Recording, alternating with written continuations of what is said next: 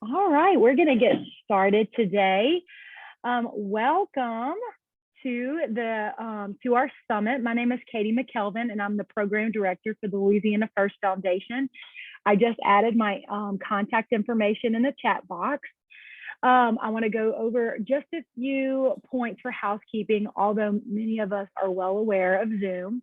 But I just want to let you guys know all participants are muted and your videos will not be visible. If you have any questions, we have the chat box available. We also have a question and answer box for you to be able to put that information, those questions in there. There's going to be slides coming up and down. So just be prepared for that. If you have any questions, like I said, put in the Zoom box. And if you need anything, you can send me a quick email. You can do private messages on the chat if you're having issues.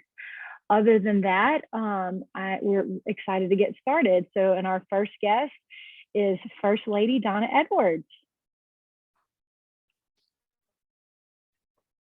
Thank you so much, Katie McKelvin. Can you hear me? Yes. Good. Okay, great. Well, it is such a pleasure to having all of you here for our 5th annual Louisiana Foster Summit. We are virtual once again this year in order to ensure everyone's safety during the pandemic. And I'm going to make a prediction right now, right today at 1 o'clock. We're going to do this in person next year, okay? This is our goal for next year. So hopefully we'll be back here at the Governor's Mansion next year for our in-person Foster Summit. But we're glad to have all of you join us today. It gives me so much hope to have dedicated, engaged, and passionate people making a difference in the lives of our children. And from the hardworking staff at Department of Children Family Service, also known as DCFS, to our partners from Louisiana Foster, school superintendents, counselors, and everyone joining us. Thank you, thank you, thank you for helping us improve the lives of our children. It is making a difference. Louisiana Fosters is one of my three initiatives under my Louisiana First Foundation, and it's a statewide nonprofit resource linking government, nonprofits, businesses, and faith-based organizations to really build a supportive network for the state's foster children and for foster and birth parents. And none of this would be possible without DCFS Secretary Marquita Walters and her amazing team, and we're so honored to partner with them. Louisiana Foster started about 5 years ago. Many of you know this story, but when Secretary Walters and I discussed how I could possibly get involved with the foster care system, and I knew it was a unique opportunity for First Lady to advocate for foster children and to help connect those working in around the system and decrease positive outcomes for our children in Louisiana. But because of this collaboration, since 2016, we have had a record number of adoptions with more than 4,000 children adopted from our foster care. And so if you were all in person, we'd all do a round of applause. So we're so proud of the work that DCFS has been doing over the last 6 years. They're just incredible. In addition to having that great number of adopted children out of the foster care program, we've been able to extend the foster care age to 21. And that's incredible. People as I travel around the country, are just so excited. And when we talk about, what they could do in their state, and they're so impressed with what we've been able to do. And one of those is the foster care age to 21. We've created a resource map that helps identify nonprofits and link them to people who need assistance. So if you go to our Louisiana Foster's website, you will see there's a clickable map. Helped pass legislation that created the Foster Youth Bill of Rights, as well as legislation that provides trauma training for teachers, which is so important when it comes to better understanding how to meet students where they are and help them to really find success in school. And I say this all the time, but I really believe if I understood trauma as a teacher, I would have been a better teacher. And so I really have a lot of hope and excitement around this trauma training for our teachers. These are just some of the many things that we've been able to achieve, and there are many, many more things that have been done and other efforts that are underway. But it is because of great partnerships throughout our state that we've been able to make such great strides. So today's summit is a perfect example of the power of partnership. We've been so blessed to have a diverse group of leaders from around the state who will talk about many important topics today, including a general understanding of trauma and how trauma affects the school system and how to report child abuse, And some of the effective steps our state has implemented to make certain our most vulnerable children are seen and heard. You know, as John Bell and I always say, Louisiana's foster children, these children, they're our children and they belong to all of us and all of you. And those are not empty words. We strongly believe that what we say, and we work every day to make the system responsive to the needs of our children. And we really want to help them to be productive adults with a strong support system within their community. And that's what we've been trying to do and what we continue to do and why we do the things we do. So my ask of you all today is really just to listen to all the information that you're going to hear. Think about how you can put it into good use with the foster children in your lives, or just things you might could do to help the foster care program. And provide us feedback. That's so helpful, especially so we can get better each time and be more effective. And we need all of your energy and your bright ideas to make this work and to help our teachers and our counselors and all those who are on the front lines do better every day. And that's why we all come together to really do this for our children. So I just want to thank you to everybody that's on the call, to the panelists that you see, but also to those who are participants and attendees to the Zoom who we don't see, but we know you're there, 50 strong and plus. So thank you so much for being on this call and for learning how you too can be involved and learn more about the foster care program and how we can all support DCFS and the work that they do each and every day. And now I want you to hear some words from my very dear friend, Secretary Marquita Walters. Marquita has been working in this field for decades, and she has brought a lot of sunshine back to DCFS by the love that she has for children. So thank you, Marquita, for what you do every day, and for the people that you have hired and put together underneath you. They also bring a lot of sunshine to the people of our state, our children. So God bless you, and thank you for joining us. Thank you so much, First Lady. We are so blessed to have a First Lady like Donna Edwards, who is a tireless advocate for DCFS and for teachers. And inside her foundation, she has really figured out how to marry all the players that really have significant roles in children's lives. So thank you so much, Donna, for who you are and the work that you do. And I also want to thank the Louisiana Fosters members, the member organizations. The Louisiana Fosters are groups of people that help our foster parents. And that's really key because the agency, as most of you know, is not as robust as it was a few decades ago. There have been a lot of cuts throughout the years that have taken staff away from DCFS. And so one of the things we recognized when we walked in the door was that we needed help to take care of the foster parents while we tried to focus our staff on taking care of the foster kids. And that's where Louisiana Fosters was birthed, in the conversation with the First Lady and I and some other of our advocates who worked with us very closely at the beginning of this, and created this network of partners. And from our very first day in office with the governor, we sought to really stabilize the child welfare system. And I remember in the governor's very first State of the Union, he said, "I will not tolerate cuts to DCFS." And that was magic in our ears because the agency had been cut so heavily before he came into office. So from those early days of protecting us from cuts to then giving us resources as the money became available and our budget stabilized, to be able to give our staff the basic tools they needed, like decent cars and iPads and iPhones and technology to connect and do the things that our staff need to do. Now to today, to increasing the wages for our frontline workers, which is sorely needed. And in this upcoming budget, the governor is adding some staff to DCFS, fulfilling a promise he made when he walked in the door that he would help restore DCFS. And I'm just so incredibly grateful for that. And what we've learned through the 6 years we've been here is that we can't do anything without partners. We've learned to do our work a little smarter and a little better, but we know that we shouldn't do this work by ourselves, and we can't do this work by ourselves. And you heard the First Lady say, these foster children, Louisiana's children, are our children. And we know that it takes a community to take care of children. It takes a village, right? Those ancient words made famous by a First Lady are really, really true. You know, people choose where they live when they move into a new city or to a new neighborhood by what the neighborhood offers. What kind of school system does it have? What kind of playgrounds? What kind of resources? What kind of neighborhood does it look like? What kind of healthcare is close by? And we like being part of community. Community is where we thrive and we grow. And if we do it right, that's where we take care of our children. And, you know, I worked with Native populations for a part of my career, and I think our Native elders had it right.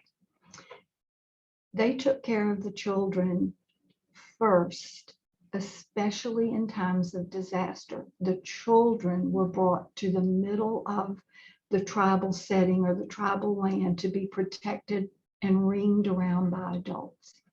And in times of good days, then the children were celebrated and valued over and over and over. And I think those Native ancestors had it right.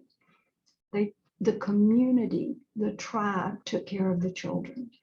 And, you know, that's when it works best, is when the local support, the local community takes care of its children.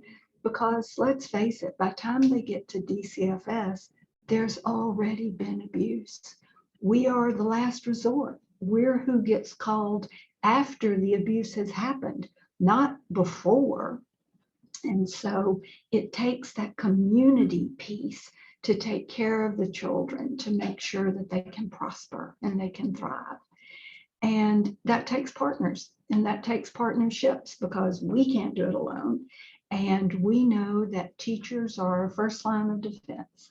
And that's why we, when we were making the plans for this event, in marrying the First Lady's two loves of teaching and teachers and foster kids and the system that support them, we really thought we wanted to focus on what you as teachers do and how you in the school system really can work with those founding Louisiana foster members that are here helping us take care of children and families.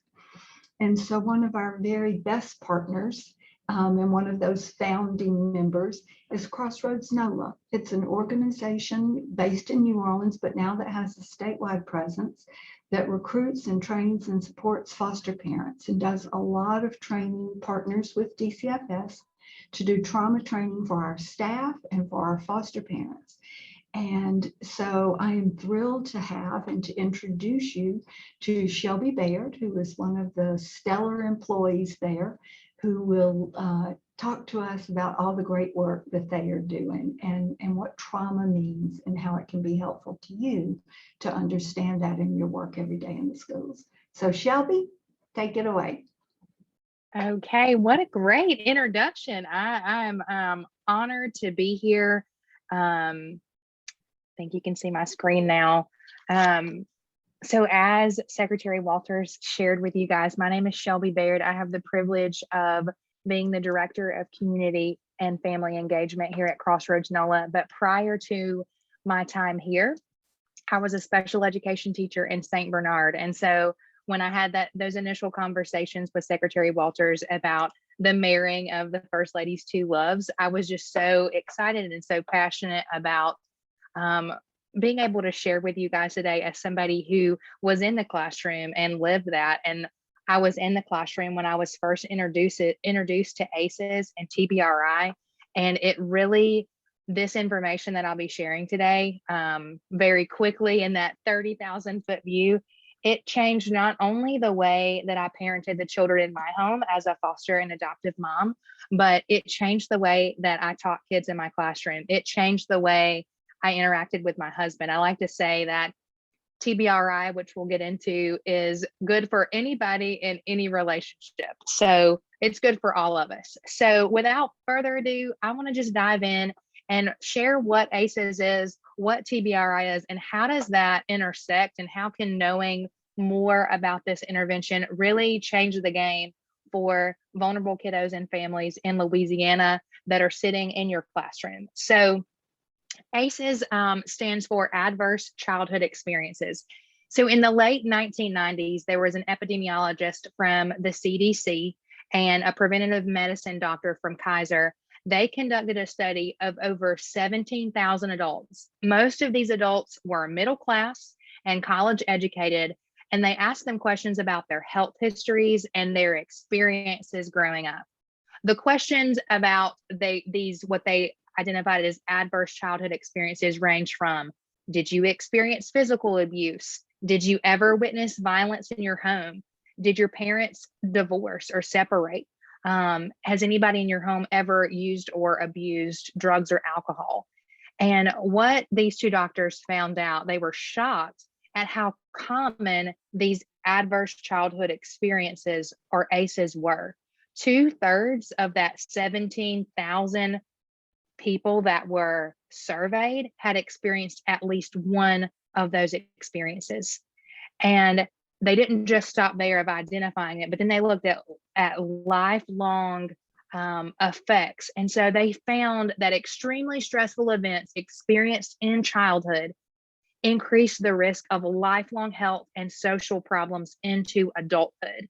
So as Secretary Walters was sharing about really protecting the kids, when we protect kids, we not only are protecting them now, but our society later on. So somebody with an ACE score of 4 or more is 2 times more likely to develop cancer than a person who has an ACE score of 0.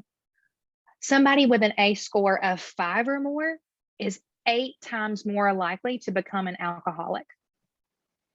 And then probably the most surprising is somebody with an ACE score of 6 or more on average died 20 years earlier than those who had an ACE score of 0. And so when we are confronted with this information of understanding that what happens in childhood affects not just then, but lifelong and generational, we have to ask ourselves, so what do we do about that? If we understand that trauma impacts the brain, where do we start? And I believe the answer is TBRI. So that acronym, in this space, we love acronyms. So TBRI stands for Trust-Based Relational Intervention. It's an intervention that was developed over the past decade by Dr. Karen Purvis and Dr. David Cross at TCU. And it's different than any other intervention I've been exposed to. I came from a psychology and child advocacy background. I had read just about every article and blog about what do I do to manage kids in my classroom to really give them what they need, so that I can then reach those educational outcomes. But what TBRI is it's a holistic intervention. It's evidence-based practice that meets the need of the whole kid. It's an approach to caregiving, whether that caregiving is in the home or in the classroom or wherever the kid may be, that is developmentally respectful. And so I know when I say that, we're like, what does that mean? So I want to ask you a question. How many of you know a kid who might be chronologically 8 years old, but developmentally or emotionally that they might be at a 4-year-old level, but then has the street smarts of a 15-year-old? And so when we look at this kiddo, what we know is that the developmental trajectory has been thrown off course. And TBRI gives us the tools to help them get back on track, not just educationally, not just emotionally, but looking at the whole kiddo. And TBRI is effective because it's founded in research.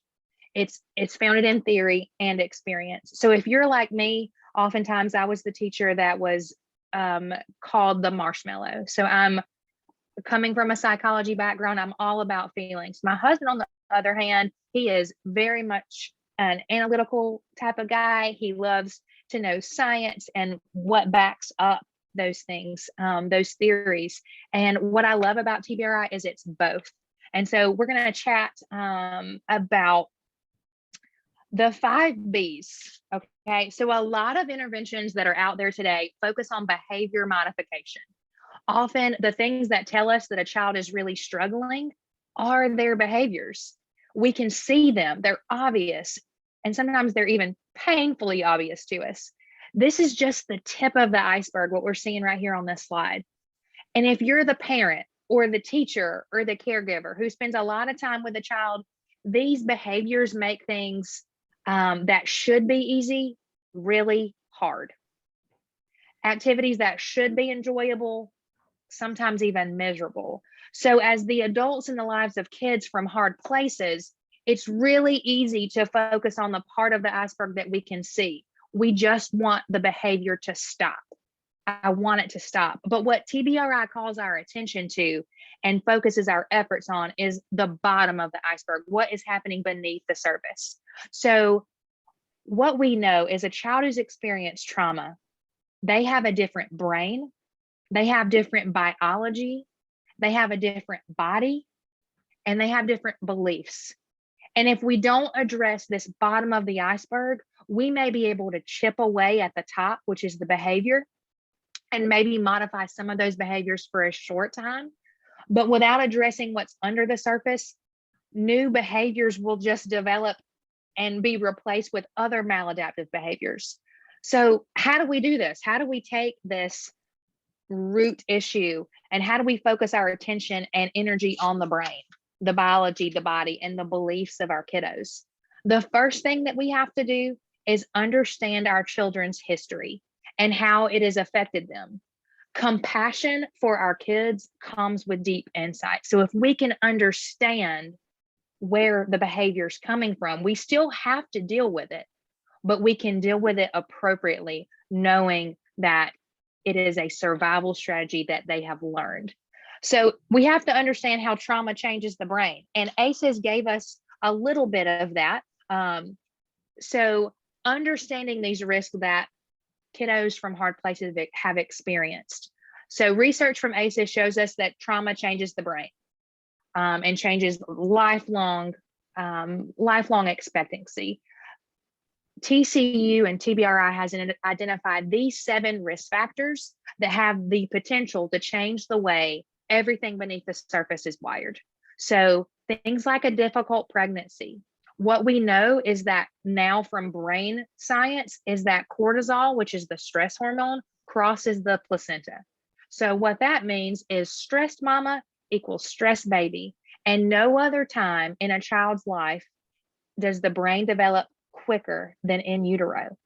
So the notion of, oh, well, I got the kid when they were a baby, they're going to be just fine. Well, we hope that they are when you put these interventions in place, but understanding the role that trauma has already occurred even in utero, oftentimes with our kids. So that difficult pregnancy affects the way the brain is wired. A difficult birth. So those first few minutes out of the womb in the real world are meant to be this time of connection. And oftentimes when there's a difficult birth and there's cortisol that's being surged through mom, the kids pick up on that. And those first few moments are wired around that stress. And then early hospitalization that was medically necessary for so many kids that have had a difficult pregnancy and a difficult birth. They kind of compound and end up in early hospitalization. So those moments that they're supposed to be held and supposed to be rocked are spent in an isolate. While it was a life-saving measure, what we know is pre-verbally, before kids have an ability to understand the words that are being shared, they're just interpreting pain and they're crying out and nobody is stopping it. And so their brain is wired around that. And then there are the risk factors that we're very familiar with, the abuse, the neglect. And what I want to highlight with these 2 risk factors is often within child welfare, we hear, oh, the child was just neglected. At least the child wasn't abused. But what we know from the voices of former foster youth and adult adoptees is that the message often internalized of abuse for a kiddo is I'm a bad kid.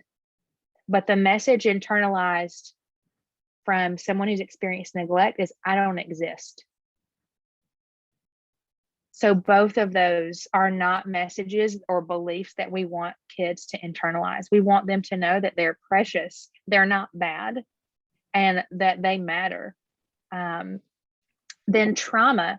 So trauma is anything that's identified as an experience that floods the body with more than the brain can wrap itself around. And so the brain becomes overwhelmed and it compartmentalizes. And so what's traumatic for me might not be traumatic for you. So that's very individualized based on the kiddo. And then system effects. So system effects, when a child enters the child welfare system, oftentimes there's effects of placement disruptions and things like that. And what we know is that that alters the way the brain is wired too. So I'm glad that it doesn't end there, because then that would be really tricky. So all of these risk factors, they affect the way the brain is wired. And I want to just share with you really quick. This is something I share with my kids. So I was, like I said, a special education teacher. Just really quickly, the head model of the brain. So when we think about what's beneath the surface, often it's a belief system that's altered.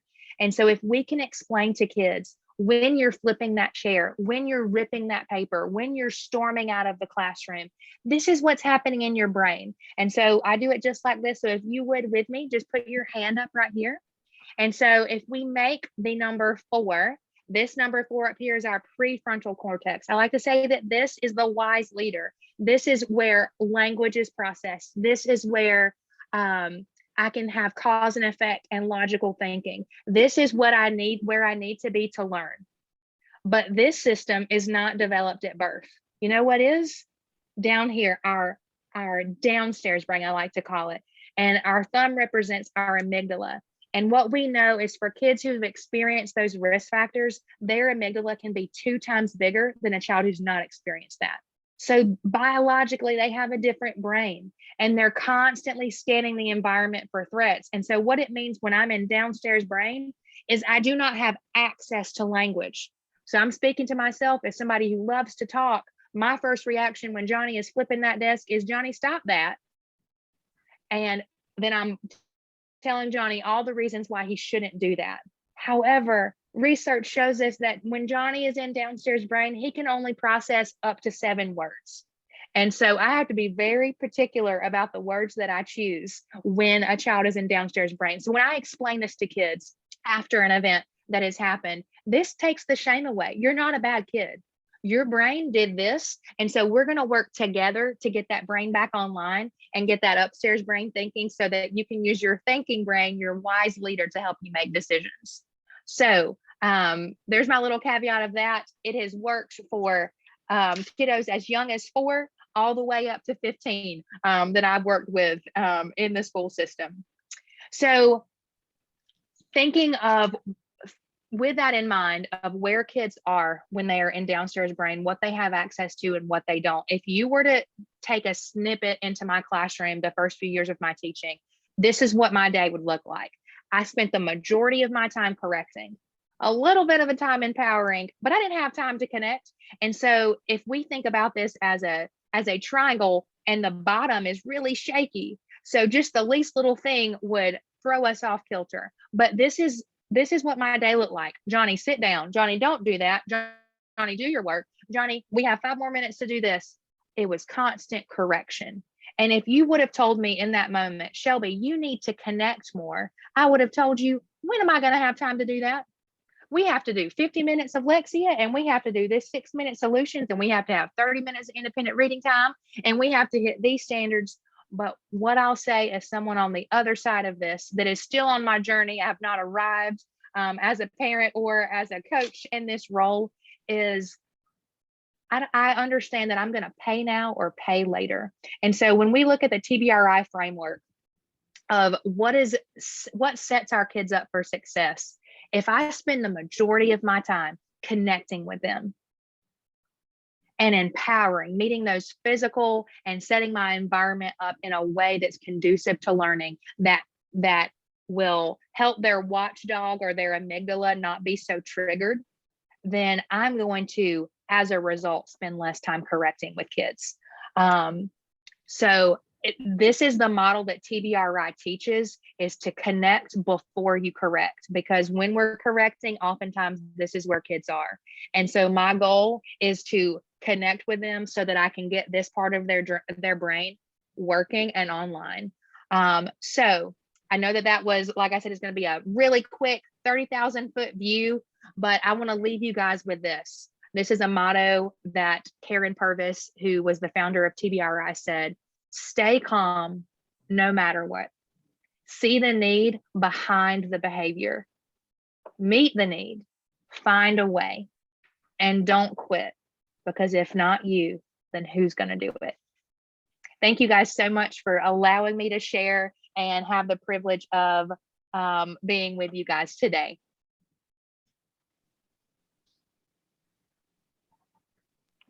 Thank you, Shelby. That I know it just a little bit of information, but it changes everything. And if you need any more information or want any more information on TBRI, Shelby's going to put some contact information in the chat, so you can use that to reach out to Crossroads NOLA and get more information.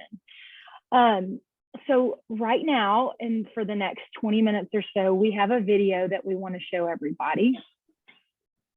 1 second. It's called The Children of Central City.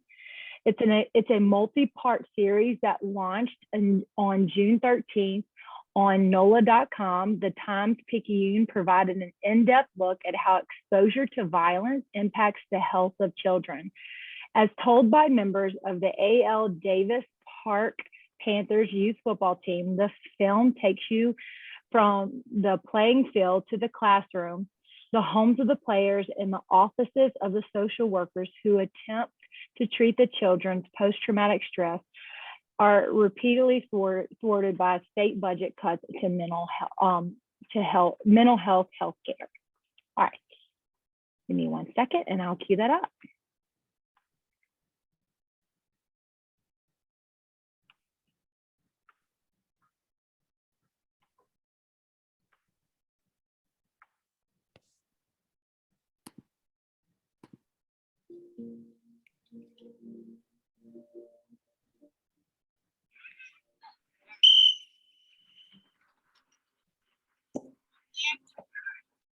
Football is a sport where you learn how to find yourself, become friends.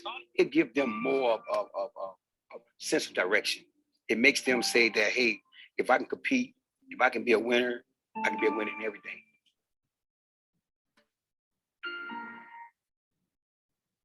When I grew up, I wanted to be a teacher, a football player, a scientist, a canine unit, football player, and if I can't be there, I'll be an NBA player.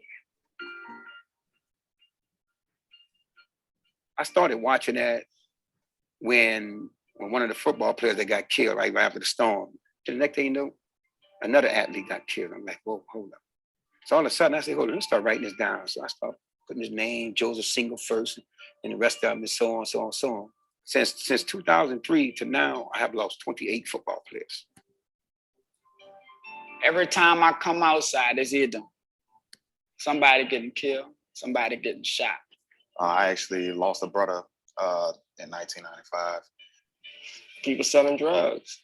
That's what I seen night in and night out, being a kid. And now that I got to 28, it started to open people's minds. Keep going, keep going. You should let the world know, hey man, we're losing a lot of kids.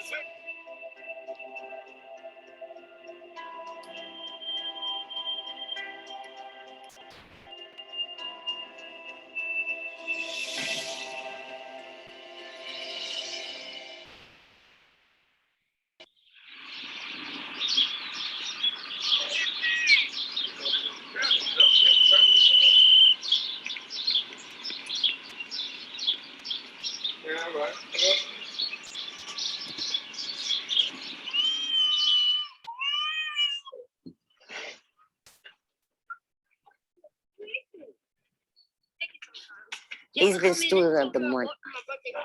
many a time. In the beginning, he always was a hyperactive kid. After his mother, when the incident happened, brutal, he said it was a crime of passion. Him and his brother Jerron, like was going through some withdrawals of trying to understand which kids would do if they lose a parent. I think sometimes we forget, right? That when bad things happen, especially to kids, that's going to have an impact on the way they function, on the way they interact with their peers, with teachers. To really understand trauma, we also have to admit that bad things happen, right? As a society, as a community, we have to recognize that there are some really bad things that happen to our children. She put the kids to bed, as far as I know. And the oldest child, which is Jerron, woke up his little brother and asked him, did he want something to eat? And he brought him in the kitchen and he found their mother. Very hard for a 7-year-old and a 3-year-old. That hit me hard. Life surely dealt me some very bad cards. Now here I sit, stuck in time, unable to get you off my mind. Whoever it was took their mommy.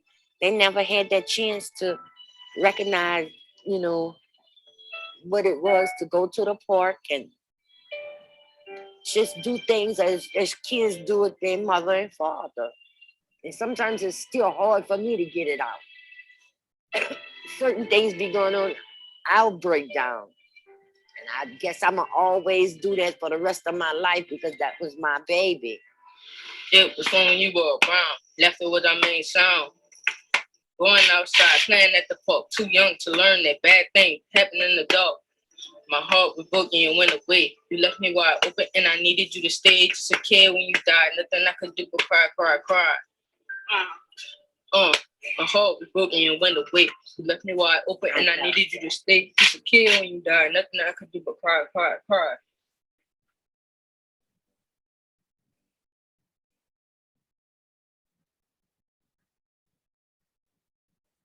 As a society, we tend to blame the victim, right? So like, you just weren't strong enough. Oh, those parents just weren't good enough. He should be able to, to handle what he's dealt. What about like, okay, you played football and you broke your leg. Were you just not physically strong enough? No. It's the same thing with mental health. It's not that person's fault. It's very normalized for young people. The chronic, toxic environment in which they live. There's almost not an expectation that they should be happy. The thing I like least about Central City is like they got a lot of gunfights down here. They have a lot of criminals in my neighborhood. And they always come around my neighborhood selling drugs. When nobody is outside, I don't like when I'm by myself. The thing I don't like about my neighborhood is people be killing around my neighborhood, and I don't like it. And because I have grown up that my mama is dead, and that's it. When I ask an entire classroom, who here has lost someone? 3/4 of the room always raises their hands. And so many of the children in our city, we're demanding that they live through this. What we noticed going into the schools was that what seemed to be behavioral disruptions was really due to untreated trauma. With the particular violence in this city that we have to think of it as what happens when you get into a car accident or you almost get into a car accident. You see it coming over and it's about to hit you. Right? All of a sudden, fight or flight or freeze happens. And the adrenaline, the cortisol, all of that floods our body. So it tenses us up, our heart starts racing. Imagine that not shutting off. So if you live on a block where violence is a constant, a lot of these kids, just to walk from here to the corner store, are like that all the time. And then go sit down and do a math test. There's so much pressure on schools here to be high performing. It seems like the path of least resistance for the schools to be like, this kid is acting out, let's just put him over here in timeout, or let's have him go home. And that's probably the worst thing that can happen for a kid. These are the kids that you know that are really hard to love sometimes, but that's really what they need. It's right here. That's it. It's right here.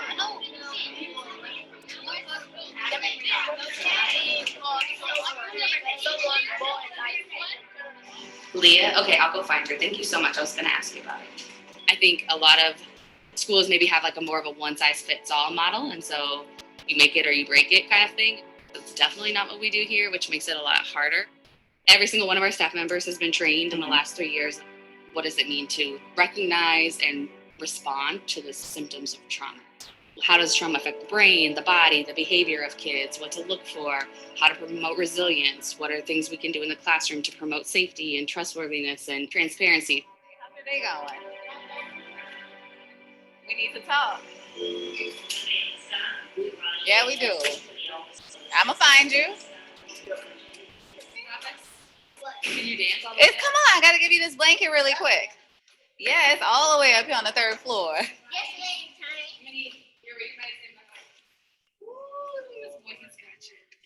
So now for nap time, you have your own personal, unique blanket that's bright and colorful and warm.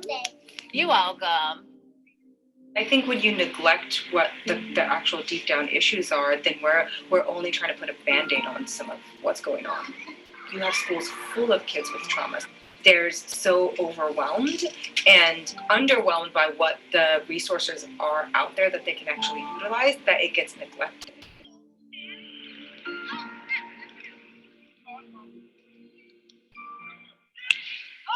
Not every kid who's been exposed to trauma really needs mental health treatment. They also just need to be able to have good relationships with people. Mentoring programs, sports programs, dancing programs, all of those things where kids are able to have positive, caring relationships with adults, that is also a part of the solution. Always do what? Prepare yourself for yourself. Jinx. Can't talk. I don't know what is that. Jinx means you can't talk, or you got you had the oatmeal soda. We have a few players that used to cut up a lot, and you can see where they growing and they maturing now.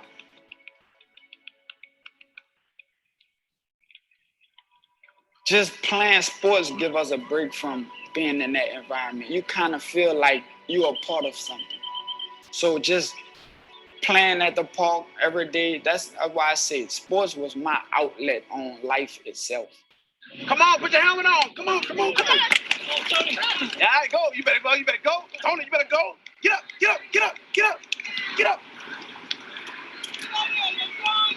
Go. You gonna be the last one. Last one gotta run again.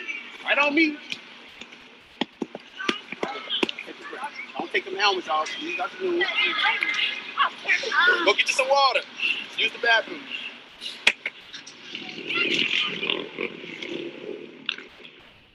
When I first got into this, you know what people used to be telling me? Oh, that's a bad punk. All they do is shoot. All they do is that. Come up in this environment.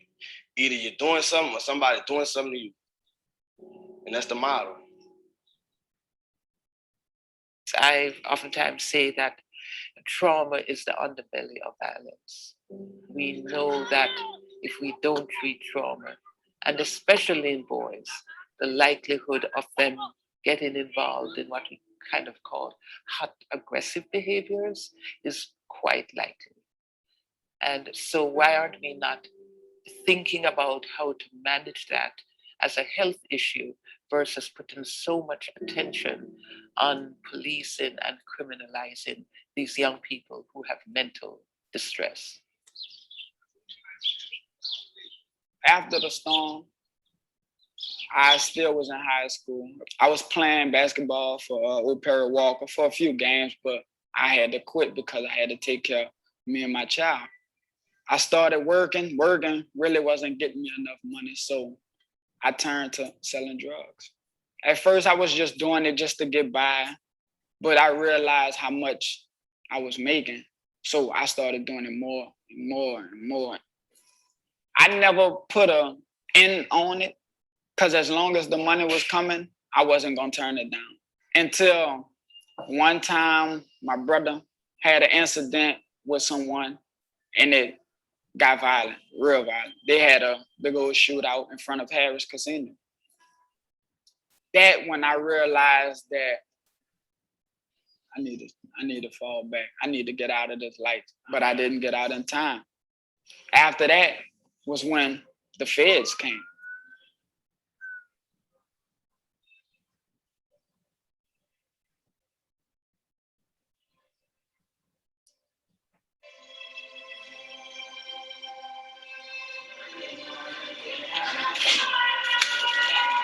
I'm a teacher. I'm the basketball coach as well. So that is really where I thrive at, being a basketball coach. Good story for you. Got a young kid, man, grew up in St. Thomas all his life. That was a bad kid, man. That was a bad kid. No, they ain't curse nobody out. He didn't do none of that. I said, man, this kid got in trouble, sold drugs, served time, got out, went to college, graduated. Man, that is a hell of a story. Now he's a school teacher. Bam! And that's one of the stories that need to be told, man. I think if people understand that we not only just touch your life, we try to change your life. I mean, hey, man, okay, you fell off. Okay, cool. You can bounce back. If Brennan can do it, anybody. The typical kid to see a younger Black man as a teacher with dreadlocks, kind of similar to them, I kind of fit in with them. That's how they look at me, like, he's not supposed to be a teacher. I feel like I can vibe more with the students because of their upbringing, and it's similar to the same upbringing that I've had. Hopefully, I can steer them in the right direction. Oh my dog day! Oh my dog day! Oh my God! Animal! Let's go! To sum it up, I'm doing better now than I was doing when I was selling drugs, because I have something that cannot be taken away from me. At any moment, a kid can change. At any moment, a kid can go down that negative road, but it's so hard to get back. We just got to keep our eyes on them, man. We got to understand them. We got to listen to them, and they got to listen to us. That boy, big. Where your brother? Where EJ? Put your stuff on.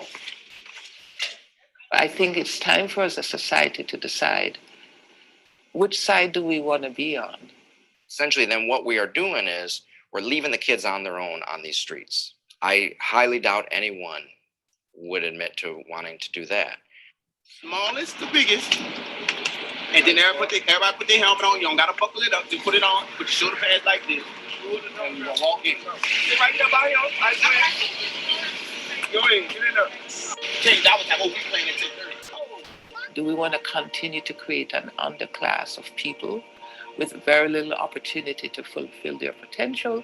Or do we want to be more equitable and allow all children to have access to the supports that they need?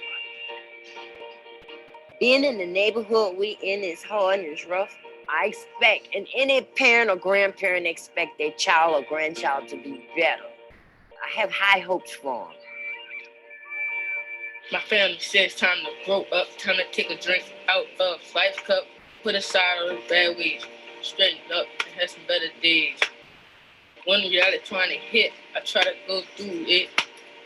I knew it wasn't gonna last, but we still sitting here having a blast.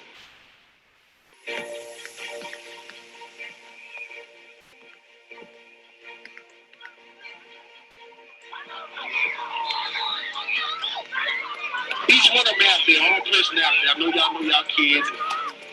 This is my man right here. relentless, like force. Like he just put everything on the line. Like a little firecracker, jumping jack. When you get big, you gonna be some trouble. You gonna be trouble for a lot of people when you get a little bit of it. Thank you, Mike, for putting your body, your mind, everything online, and get together in school. Keep your head right in school, all y'all. See, I didn't know I was getting one here. But I got it.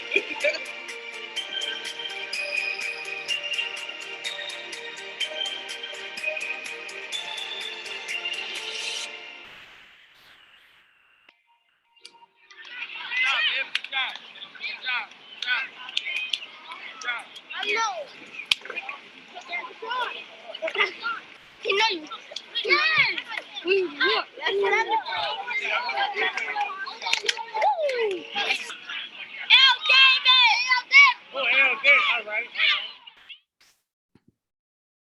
It is my honor to introduce Dr. Denise Shervington, the founder of the Institute of Women in Ethnic Studies. Thank you so very much. I know I only have a few minutes, but every time I see this video, I think about the two amazing journalists. We were in the same office building, and they would come up to my office and just sit in amazement at the data we shared with them that inspired them to make this film. I also think about Brennan. He and I became good friends afterwards. And when you hear his story, you just see how resilient, if given the supports, a human being can be. So I dedicate my little talk to those amazing children and to all who are suffering and for whom we have not yet figured out how to support them. I also want to say, Michelle B., you did such a great job talking about trauma, my little piece. I just need to flip through it. This will be just a little reinforcement. So I don't know if my slides, if I can share screen with the few slides that I have. Let me try. You should be able to, yes, ma'am. Okay. What happened? Okay, just one sec.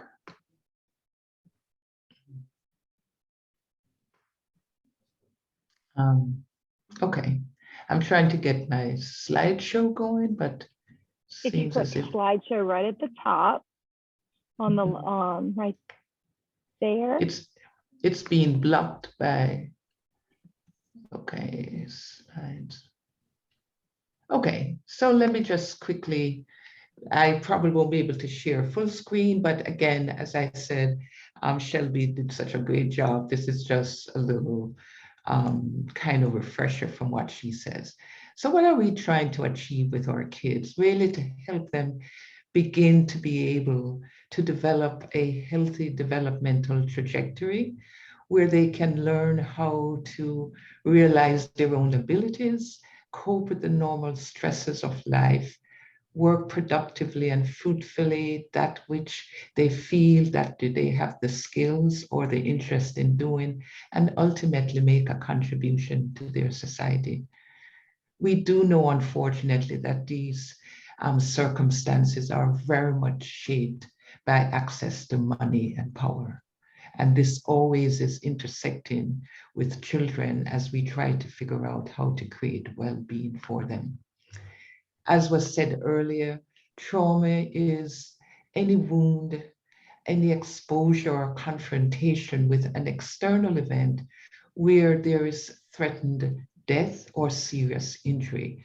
And why I think it's important for us to talk about the more clinical aspect of trauma is because, just as again was said earlier, it's the activation of the neurobiologic stress response. Our brain was wired to help us to survive.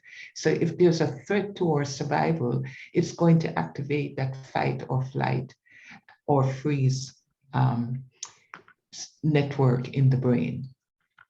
And I'm always humbled by what the architect of the adverse childhood experiences said, Dr. Felitti, that traumatic events of the earliest years of infancy, they're not lost, but like a child's footprint in wet cement are often preserved lifelong.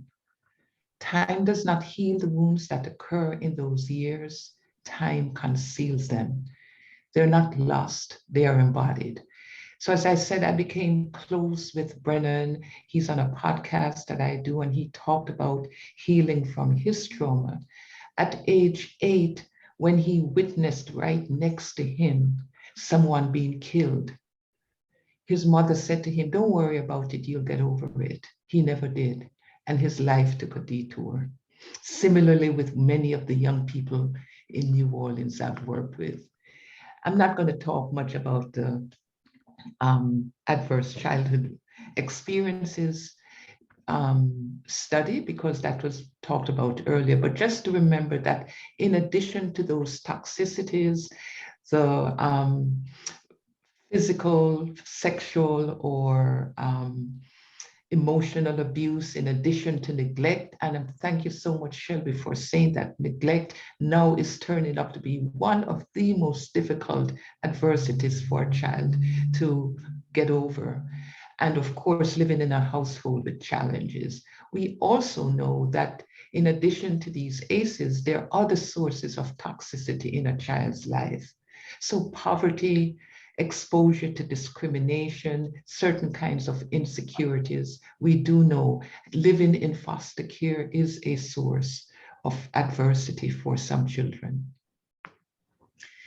Again, the brain dysregulation that happens, perhaps the most important, or what was referenced earlier, the amygdala that becomes hypervigilant because it's trying to protect the body from having to face any more traumas. So you become hyper aware to threats.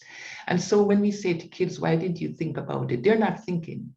Their amygdala has overtaken the prefrontal cortex, which is where we learn to regulate our emotions and have more planning, reasoning, and flexibility.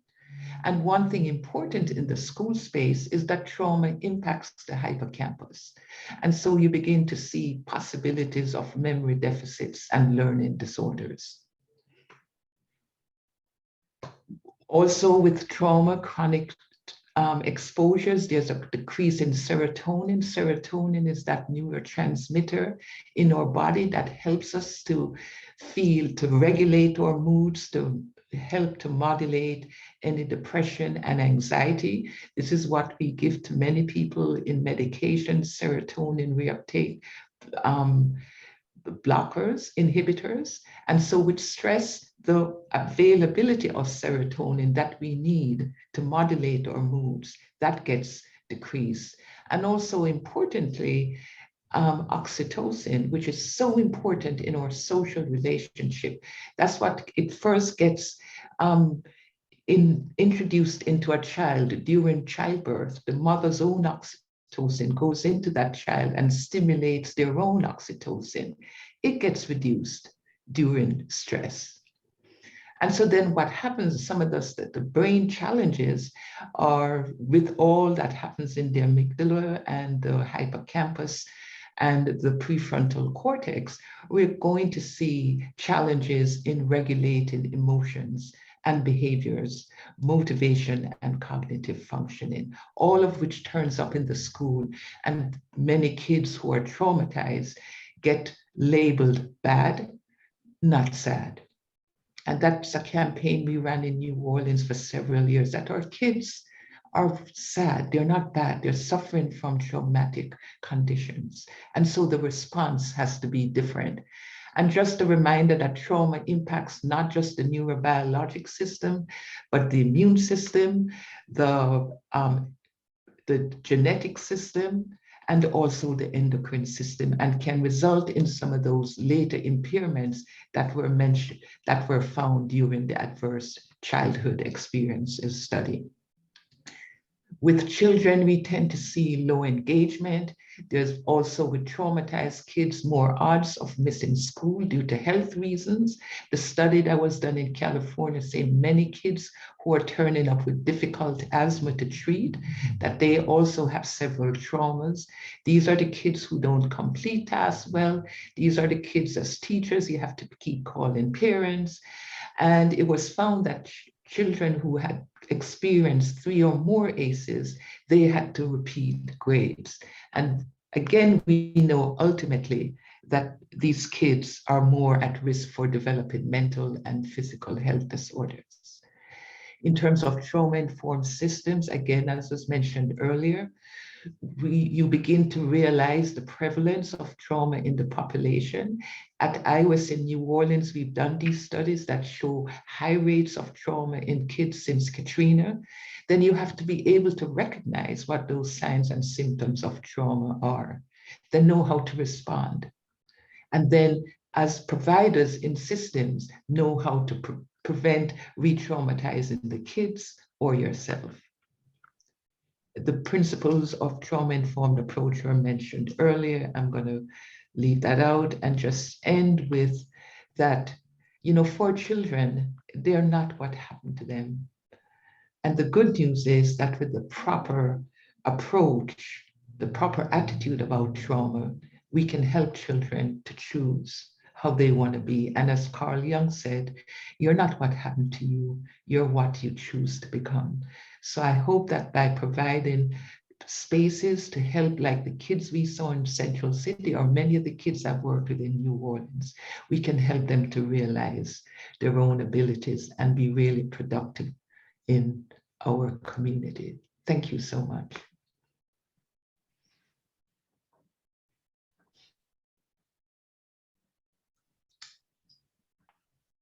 Next, we're going to hear from Dr. Rhonda Hodnett. She is the Assistant Secretary of Child Welfare and here in Louisiana, and she will be addressing partnerships with teachers.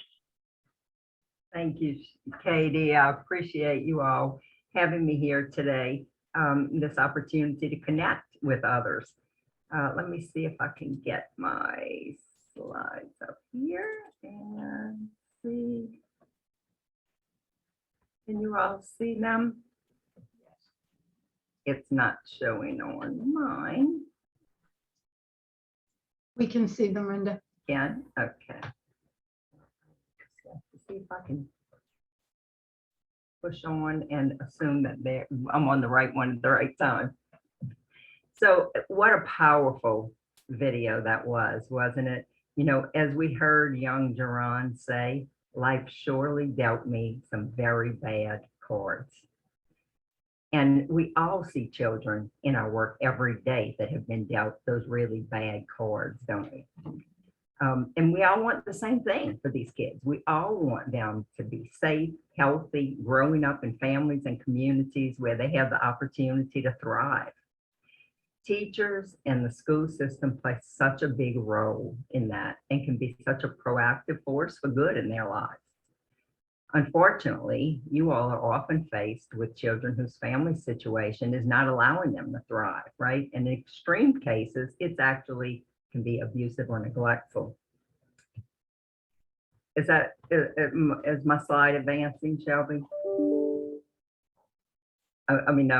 Katie, did it advance? Rhonda, your slide is, these are, the last one is what's on the screen. Yes, so maybe go to the first one. Sorry, I was muted. I was trying to tell you. It should be the one that shows the calls we get. I can't tell at all where that it's on here. Maybe go and start your slideshow. It's like on your PowerPoint, it says start from beginning. Yeah, well, I'm like the previous panelist, and it is not showing up on here at all. And it was when we did the when we did the walkthrough, it worked, but you're just seeing the last slide. Correct. Yes, ma'am. Okay. Would you like me to share mine? Yes. If you'd like to, yes, please. Okay.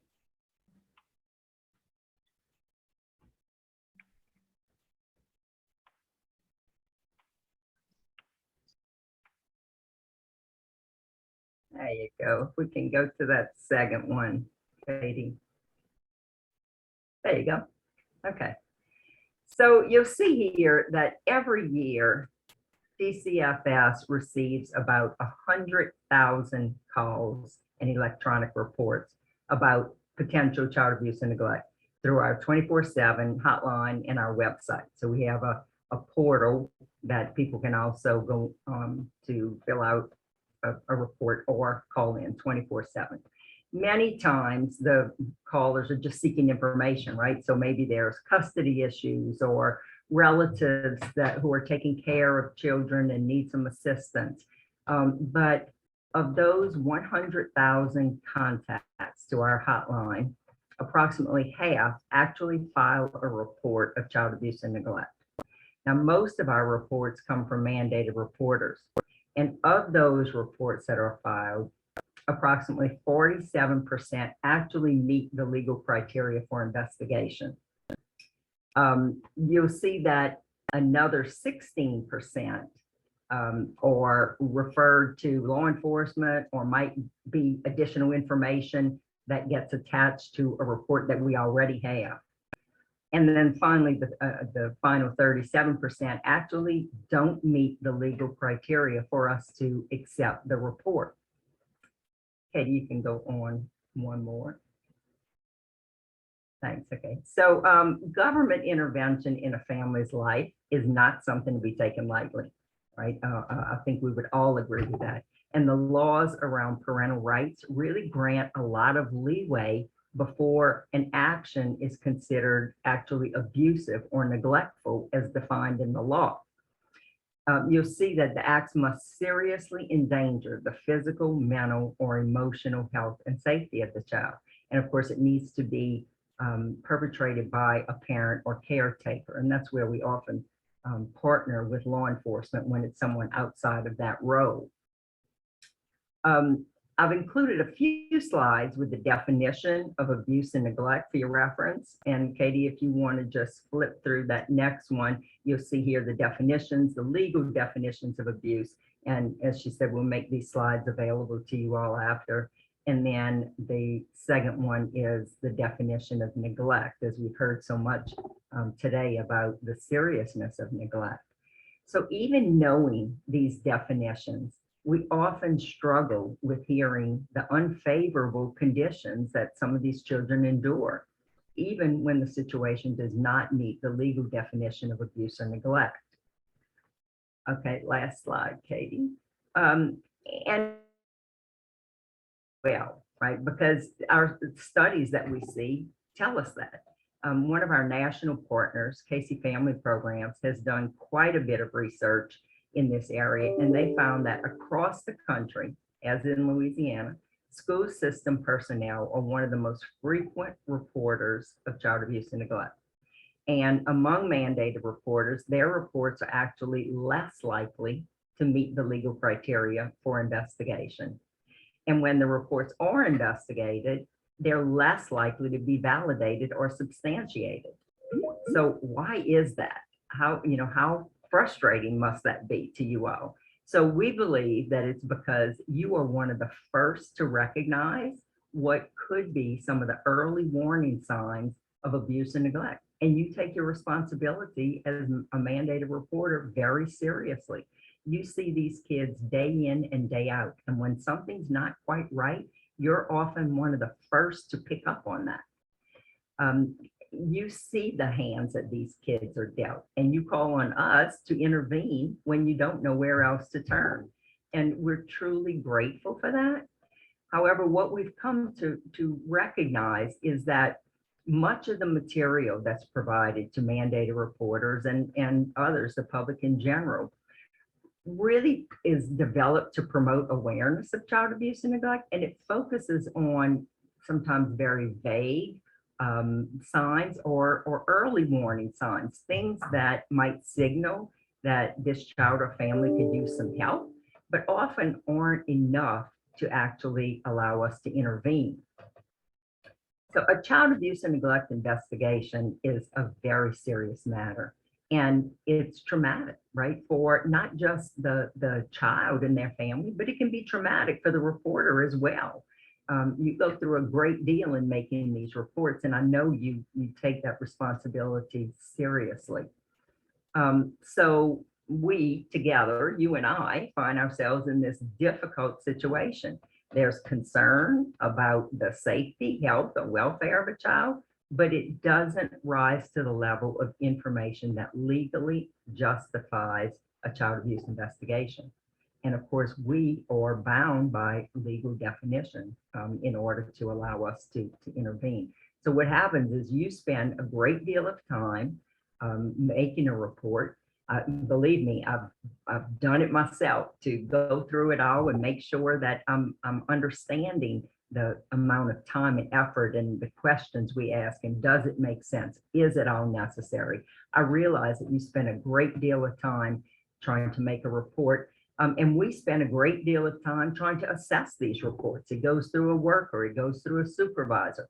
Oftentimes there's consultation on them. And then ultimately, if it does not meet the criteria for acceptance, nobody wins, right? You've spent time, we've spent time, and the family doesn't get help in the end. And so this is the dilemma that we face. And how do we find a solution? So today I am so proud to introduce you to a group of innovative leaders that we at DCFS have the privilege of partnering with to intervene on behalf of a child in a very proactive and helpful way. So let me just be clear that this innovative approach does not change the law, right? And so if you believe child abuse and neglect is occurring, it is your individual responsibility as a mandated reporter to file the report. However, if you believe that this is a situation where abuse and neglect has not occurred yet, but you're concerned and there are some early indications that this child and family may need some help and early intervention could make a difference, then there are some other steps that you might be able to take. So I'd like to introduce you now to Michelle Groh. She is the Special Projects Coordinator for the Pelican Center for Children and Families, and they are one of our most dedicated long-term partners throughout the child welfare system. Michelle will tell you about a community effort called My Community Cares and introduce you to several key partners that are making this program operate so successfully in Rapides Parish. Michelle? Awesome. Thank you, Renda. Good afternoon, everyone. It is such a pleasure to be here with you all today and to share about a little bit about My Community Cares with you. So MCC, that's what I'll call it for short, was developed in response to the 2018 Child and Family Services Review that was conducted on Louisiana's child welfare system. And really after being inspired by the Federal Children's Bureau's new vision to shift from this reactive system to one centered on family strengthening, our Louisiana judges and legal and child welfare stakeholders chose to stir the pot and try something different than a one-size-fits-all approach to preventing children from entering foster care. So we decided that we wanted to co-design strategies with community members to find ways to serve families before they became entangled with the court and foster care system. And so as a result, the Court Improvement Program of the Louisiana Supreme Court, the Pelican Center, and local courts and local FENS offices and schools partnered with Department of Children and Family Services, with DCFS, our Louisiana Children's Trust Fund, the Louisiana Children's Justice Act Task Force, the Department of Health and Department of Ed, and Crossroads NOLA, James Samaritan, Casey, so many other agencies. And of course, critically and importantly, our parents and families with lived experience with the child welfare system and community members to implement My Community Cares. And so, Louisiana's child welfare data showed us that many families involved in the child welfare system historically live within the same neighborhoods. Perhaps not surprising. So as stakeholders, we agreed to seek the voice of residents in those neighborhoods to find out what community-based programs and support they felt families needed to access critical services that were supportive, racially equitable, culturally relevant, and really built on the strengths of the community. So real assets-based approach. So for parishes with kind of the highest numbers at that time of children entering during foster care were chosen to pilot My Community Cares, and that's Caddo Parish, East Baton Rouge, Livingston, and Rapides Parish. And so 14 priority neighborhoods across those 4 parishes were identified. And so through MCC, children and families and community members come together to establish relationships, share experiences, support one another, and to really build on that community resiliency. And, so far MCC has really served as a single point of contact, and that's the goal in communities for families in need of supports before or when the crisis hits. And so what we do is really try and connect families to other families and or agencies for support and resources, as well as connect agencies with other agencies to improve that coordination and quality and availability of services and referrals. So connections are made to meet basic needs such as food, shelter, and clothing. And then additional help is provided to identify, well, what's the contributors of the crisis, and find resources to meet the,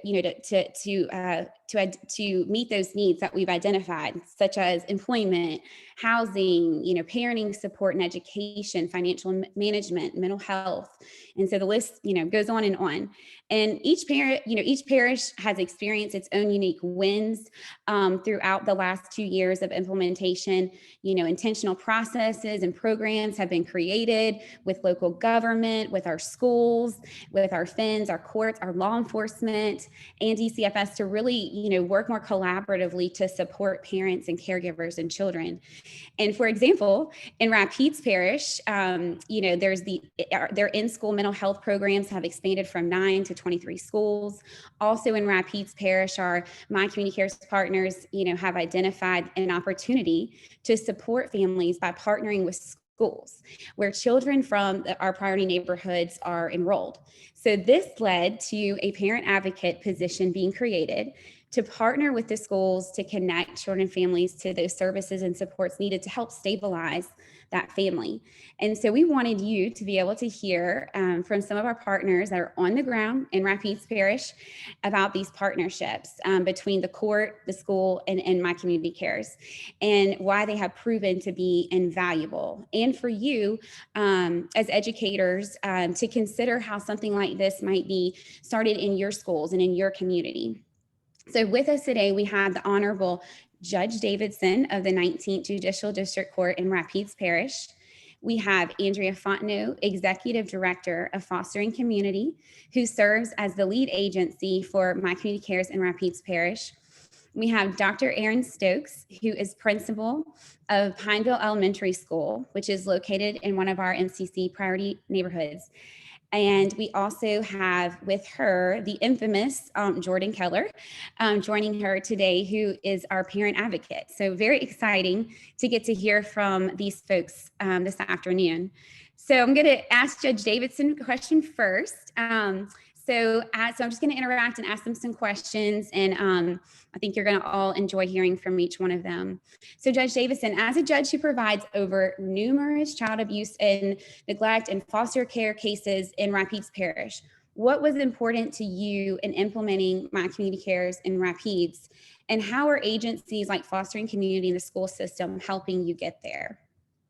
Well, in implementing My Community Cares in Rapides Parish, it was and it still is important to break down the silos that form around the different agencies and folks that serve our families in our community, because we often get caught up in the drama and the tragedy of the work that we do. What we're trying to do in Rapides Parish is to create a situation where DCFS is the last phone call. It's not the first phone call. And it's been a challenge, but when we have people like the First Lady, like Secretary Walters and Dr. Hodnett and you, Michelle, and the Pelican Center, all I can say is thank y'all for loving our families in Rapides Parish. Without your support, we couldn't do any of this. What we try to do is connect to with the families where they live. It was important for us to actually go into our community and say, what do you need? Not go into the community and tell somebody, I know what you need.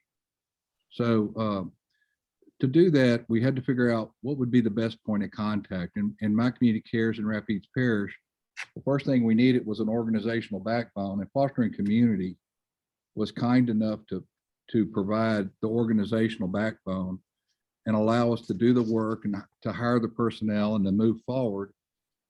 and provide the structure where we can conduct the meetings, the family events, and connect with our families in our community in an effort to try to make sure we could identify their problems and needs before they ever got to the court system. Because frankly, our numbers are still terrible in Rapides Parish, and it's all occurred on my watch.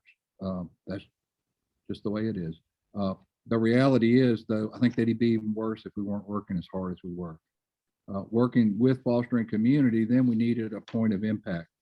And in Rapides Parish, the most direct way to connect with our students is through our schools. And it just so happens in Rapides Parish, in addition to Ms. Fontenot as the Executive Director of Fostering Community, who's an outstanding community leader, we have Dr. Erin Stokes, who is as fine an educator as you will ever see in the United States. Dr. Stokes' whole staff is trauma trained, and she works desperately hard to identify problems with her students. So what we try to do is use My Community Cares, our FINS program, our partnership with DCFS, and work with our school board through outstanding principals like Dr. Stokes, and to try to basically create a system of force multipliers where we can connect with our children and families, try to develop some trust, and try to meet their needs. It's important to try to meet their needs before they ever have to call DCFS or come to court. Again, I can't emphasize enough as a juvenile court judge, it's so hard once cases get to court to have an effective result. We try to turn them around, we try to offer opportunities, but our hands are often tied. And I know DCFS often feels the same way when the families are just thrust into their care. But that's what we've been focusing on, you know, with the organizational framework where we could have meetings, we can meet with families, we could interact with the children and work through the schools. We just had an opportunity to try to develop a framework that would be effective. And honestly, the key in Rapides Parish is constant communication. I'm in contact with My Community Cares, with folks like Dr. Stokes on a daily basis frequently, trying to identify problems and trying to direct people to appropriate resources. That's fantastic. Thank you, Judge Davidson, for sharing that in your example and pioneering such an amazing effort across in Louisiana. So thank you. And so I'm going to turn it over to Andrea Fontenot. What does your agency, Fostering Community, do in its role as the MCC coordinator in Rapides? And in particular, what is the role of the parent advocate, and why is this so valuable in supporting children and families in your parish? Thank you. Thank you, Michelle, for letting me share a little bit about the work that we're doing. Fostering Community is a nonprofit that was created to support children impacted by foster care. But what we quickly realized was that if you want to support children in foster care, you need to offer that same love and support to their families too. So we expanded our foster care programs to include partnering with DCFS for family preservation and reunification. The My Community Cares initiative was a really great fit for the grassroots work that we were already doing in our community. And one of the reasons why we really love MCC was that it listens to the voices of community members and to those with lived experience and works alongside them to co-design solutions to strengthen families and our community. We also love that we get to work alongside our community partners in a collaborative effort, like Judge Davidson said, to break out of those silos and work together to solve problems, and to serve families. Our My Community Cares team consists of a parish coordinator, a connect coordinator, and a parent advocate. We wanted to highlight the parent advocate position because of the unique partnership within our school system. This position was created out of a desire to support teachers and to strengthen families within our community. Teachers are my heroes. We all have stories about our favorite teacher and the impact that they made in our lives. I truly can't think of a single career that has a greater impact. Teachers are the first line of defense against child abuse and neglect. And like Dr. Hodnett mentioned, they see the children day in and day out, and they can recognize the early signs of neglect that are not yet at the level of requiring a report. And if they have the right access to resources, these families can be connected to services and supports that can prevent a crisis within their family. And this is where My Community Cares comes in. Jordan Keller serves as our My Community Cares parent advocate, and he provides support to educators, children, and their families. He works at 4 different schools within our parish and focuses on mentoring at-risk students and serving as a resource for their families. When teachers are concerned about students, they have a support system they can call on within My Community Cares. Jordan mentors those students and connects with their families to identify underlying needs and to connect them to the services and resources and supports in our communities. We're thankful for the opportunity to be able to support educators and families in this capacity, and thankful for the incredible leadership at Pineville Elementary. The children at that school are transforming into leaders that will change our community, and I'm excited for you guys to get to hear about the work they're doing from Dr. Stokes and Jordan. Hey, thank you, Andrea, for sharing and just your leadership in My Community Cares. We're so thankful. So Dr. Stokes, can you tell us how Pineville Elementary's partnership, with MCC works in utilizing the, a parent advocate, and how you as a principal and your teachers partner with Jordan, our parent advocate, to help students and their families? Thank you for letting us share today.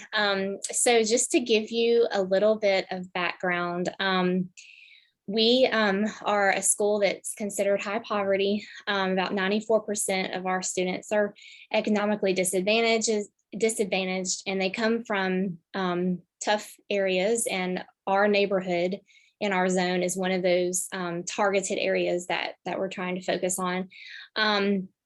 And many of our students have adverse childhood experiences. Some of them are living it right now. And about 3 years ago, we changed our entire approach to discipline to be a trauma-informed approach. Our teachers were trained. Any new teachers that we get are also trained in this approach. And we saw great effects on our discipline numbers. We focused more on building relationships.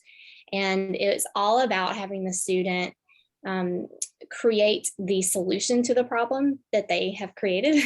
So they have the responsibility to fix what is broken. And a lot of times it's a relationship that was broken. So we teach them skills to mend those relationships. But with a trauma-informed approach, we're all about getting to the root of the problem or the root of the child's behavior. And a lot of times it is because of trauma that they have experienced. And so this means that we are working with families just as much as we work with students. We are constantly talking with parents and making connections in the community. But what we realized with our transition from, a standard discipline approach to trauma-informed is that as we peeled back the layers of our students' lives, there were so many needs that needed to be met. And we were trying our best to meet those needs, but there just wasn't enough personnel on campus. And so that is when My Community Cares steps in, and Jordan Keller, our parent advocate. And what's neat is that, there are so many agencies in our area that are built to support families, but it takes a lot of time and energy to coordinate that.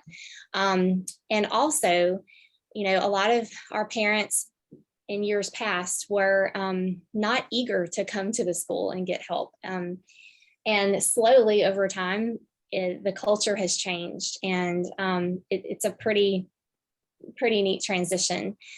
So if you were to come to our school today, you would probably walk through the hallways. Our students might give you a tour, but you would see Jordan sometimes in a classroom, or you might see him talking to a student in the hallway, or you might see him in the office working with us, trying to make a plan.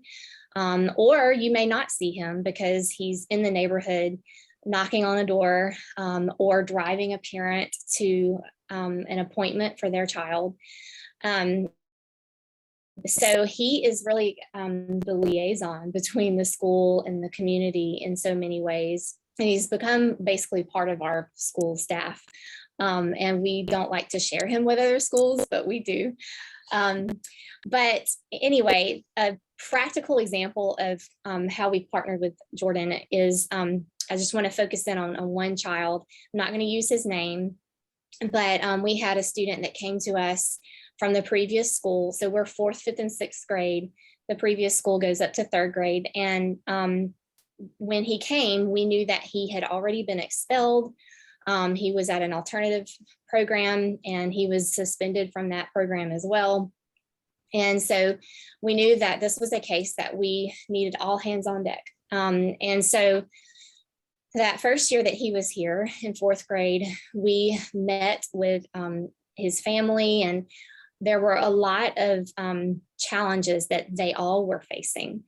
And so Jordan knows this student very well, and we had him help us.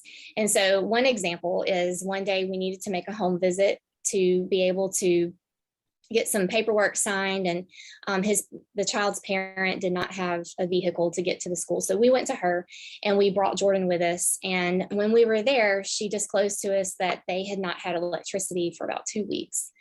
And so we did our part with the school system stuff. And then Jordan stepped in and he helped meet that need for them by connecting them to some community agencies. Since then, we have been on a journey with this family. And that student this year won our Golden Jacket Award, which is a special award that students get. They get their picture taken and it's hung on the wall in the hallway.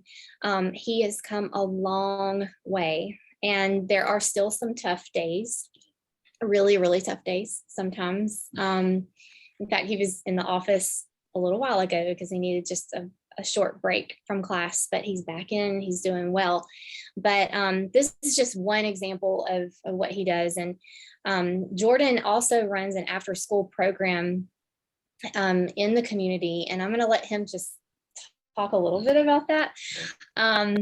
He didn't know if he wanted to speak, but we're going to get into. But we have about 40 students who attend this program, and we've partnered with him so that we have a bus that will bring them directly from the school to the program. So if you want to say a few things about that. So yeah, the after school program is on Mondays in a section of Pineville called Wardville. Like Dr. Stokes said, we have about 40-50 students that come. We just started, this past Monday was our first like official kickoff. So I'm hoping that it grows from 40 to 50 to maybe even 60 to 70, and who knows, because it kind of catches like wildfire. But anyway, I think that that's probably the most important thing that I do, because it is entrenched in the community and we see them after hours. And that is where they build relationships with other people, not just me, but like the other people that come and volunteer, which also impart knowledge into them as well. And like last night, I took them to a Halloween event at that same church that we do our program out of. And I had about 10 that showed up, all neighborhood kids, but you just see like, they kind of just like I'm their person, or whoever may be their person that comes and volunteers. And it's like, I don't have kids myself, but they are my children, you know? So that's neat to see that whatever I say is so important to them, or whatever I do is so important to them. I have to watch it. I have to be aware of what I'm doing. So every time I'm around them, every time we're doing something important, I make sure that it is impactful, or at least I'm thinking about it 2 or 3 times before I say it or before I make a move. And they're 8, 9, 10, and 11 years old right now. I don't know. It's just amazing to see like how impactful it is. So the idea behind everything he does is he builds relationships with students at the school, which in turn builds relationships with their parents. And because he'll reach out to the parents about the after school program, and then he gets involved in their lives in a positive way. He's a positive role model to those students. So my assistant principal sent this comment to me. It was on our school's class dojo. It's like a social media for our school. And a parent said, "Thank you for the invite, Mr. Jordan. You're the best. I'm so grateful to have you a part of my son's life. You are the real MVP in our life." So I thought that was neat. But it's all about building relationships, building trust, and then partnering with these agencies and having this person that can reach out and get the right agency to the right family at the right time.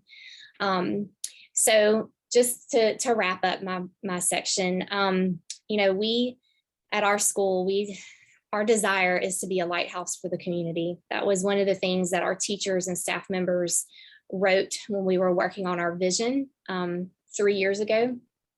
And it's in our mission statement that our students say every day, is that Pineville Elementary lights the way for the community every day. But it helped having Jordan to build the trust with the parents and trust in the community. And we can see the results of that. And one last short example, last school year, a grandmother dropped her grandson off at school in the morning and left. And we received a phone call. It was actually my assistant principal got the call. And the grandmother was just frantically crying, just so upset. And she said that their house was burning down and she didn't know what to do. And so my assistant principal, Blair Janice, said, okay, have you called the fire department? And she said, yes, but I called you next. And I feel like when we start partnering together with the community, the school can really be the lighthouse, the hub of where all these supports kind of come together and take place. And like you said, the schools are really, they keep the pulse of the community. We're the ones who keep up with how often the child gets to go to a counselor, or if they're taking the medication they need. Often we are the people who are the watchdogs over the students. And so the partnership has been great, and the support with Judge Davison and Andrea Fontenot, and then of course Michelle with My Community Cares, has been hugely instrumental in the lives of many, many families in Pineville and in Alexandria. So we're really thankful, and thank you for letting us tell our story. Thank you so much. I was making sure I wasn't on mute. I was like getting emotional. Thank y'all for sharing your stories. I was like holding back the tears. Thank y'all so much, Jordan and Dr. Stokes, for all the work you're doing and just being willing to step outside the box, try something new and innovative, and, not worried about who's getting the credit, but just what's, how can we help our children and families? And so just thank you so much for being willing to do that and step out. So I just wanted to close with like a question kind of for, and I can help answer as well, but just for us to, help people know what steps they can take next. So like, how can educators and others attending the summit today move toward a model similar to this? Any thoughts that y'all can share on some ideas? Well, I know one thing that we did under the leadership of the Pelican Center was we met as a community. We started to identify resources, agencies that would be helpful, needs in the community, and we focused on a small area. From that, we developed a plan, and then we just went to work. And we're still learning as we go. When we're working hard with the educators, what I would encourage, and I realize what I would say to elected officials is we need to be seen at our schools and with our families. And certainly when I'm seen, I can't really interact a whole lot because of my role, but at least we need to be seen, and that supports whatever we're doing. And it's got to be more than just mouthing the words on social media. You actually need to see people when they're down. You need to see people when they're in pain. You need to go to the schools and see the principal and have her walk down the hall and go, "Ooh, bad day." If you're not catching people when they're in those real moments of life, you're not going to be effective. But I would encourage the educators and the other leaders in the community to sit down and have those conversations. That's really good. Anything else, Dr. Stokes, you'd add? I think it would be really great if every single school could have someone like Jordan. Because most schools, especially public schools, the principal and the assistant principal, and maybe even the lead teacher, the leadership, there's so many things that they're trying to balance, maintenance, budgets, discipline, and then of course instruction, which is the reason why we're here, the reason why we exist. But if we could have a person whose sole mission is to connect with families and provide resources that they need, that would be ideal. And we've just seen a lot of success from it. And I know that there are ways that it can be funded if people are creative in how they do that. And I appreciate that we've been able to work with the agencies in our community to be able to fund Jordan's position here. And he's able to make connections to the junior high, which is, the next grade levels above our school.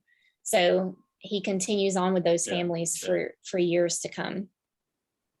Thank you so much. Michelle, can I add one thing real quick? And I would just, and I don't know all I know is what I've read in the paper, but I think everybody's familiar with Dads on Duty at Southwood High School, where 40 dads just said, we're tired of the fights. I think I forgot how many, 72 fights in so many days or something. And please don't quote me for accuracy, but they got together a group of 40 dads and said, we're just going to go to school. They're not law enforcement. Their job is not to break up fights. Their job is just to provide role models. So sometimes we just got to seek out volunteers who are willing to step up and engage. And when you're working with principals who will allow you access to school, as long as you stay within the principal's guidelines, you can make it work. We're very blessed to have Jordan, but if something happens, we're going to have to find some volunteers to step up, and we need to find some anyway. Yeah, thank you. Thank you, Judge Davidson. So yeah, I just want to encourage everyone, on the call, we are working to expand My Community Cares across the state, thanks to DCFS's partnership. And we, but until then, but also either way, it's a great opportunity now to, pull the right stakeholders together, reaching out to your local judges, your juvenile court judges, mayor's office, the school board, FIN's offices, just to brainstorm solutions, and raise awareness to the needs. Like let, educators go and share the stories of some of the situations you're seeing. And also I'm going to put, our contact information in the chat box, and also just some supporting articles about My Community Cares as well for y'all to have. But I just want to thank you all for this opportunity. I'll turn it over for our next speaker. Thank you so much. I think you gave us many thinking points and able to move forward to just really affect our school system and our community. So thank you all so much. And our last presenter is Caitlin Levine. Caitlin works with the Office of Public Health, and she'll be discussing the future of trauma-informed care throughout Louisiana.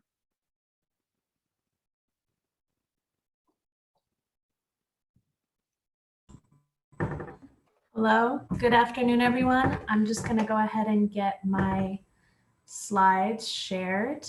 I'm really glad to be here today. This has been a really fantastic series of presenters and story.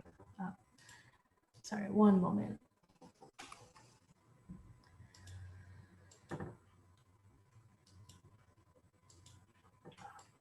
Caitlin, there seems to be a small amount of internet issues. I think it's coming back now.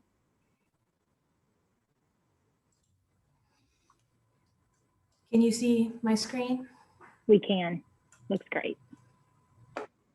Okay, great. So I'm Caitlin Levine.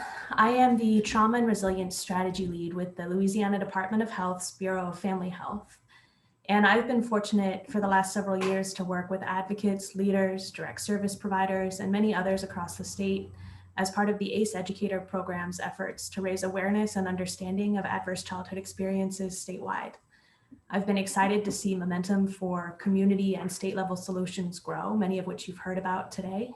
And I'm excited to be here now talking about an opportunity to create a state plan to address and prevent childhood trauma and adversity in Louisiana.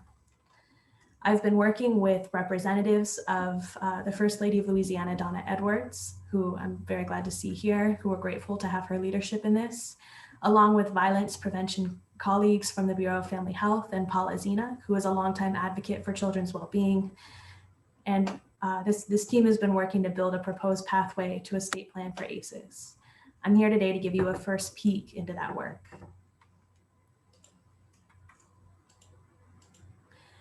So I won't go into this too much because I think we've heard a lot about this today, a lot of really vital information. As today's speakers have demonstrated, childhood trauma and adversity have a significant impact on intergenerational well-being in Louisiana. The ACE study showed us that many common experiences can have lifelong impacts. Again, the speakers today have given us a great picture of what kinds of experiences can cause trauma, experiences that may cause re-traumatization, and childhood and family experiences that can contribute to a buildup of toxic stress during key developmental periods. The ACE study showed definitively that these and other experiences can accumulate to increase lifelong risk of physical, social, and emotional challenges, demonstrating the connection between adult well-being and the experiences of children across generations. Traumatic experiences in early childhood are especially harmful and can profoundly influence brain development. Trauma in early childhood can have profound impacts on sensory processing, learning, memory, relationships, energy and activity levels, and many other areas. This is especially important to take into account given that young children experience higher rates of child abuse and neglect. It's estimated that 26% of children under 4 in the US have experienced a traumatic event. Some examples of specific ACEs-linked challenges highlighted in the ACE study and subsequent research include increased risk of future violence, victimization, and perpetration. As Dr. Shervington said, trauma being the underbelly of violence. I love that quote. 8 out of 10 leading causes of death in the US as established by the CDC. Health problems that are persistent in Louisiana, such as obesity, sexually transmitted diseases or infections, and cancer, and inhibited achievement and stability. Things like academic achievement, employment, and stable housing are more out of reach when you're dealing with the impact of trauma in your own life.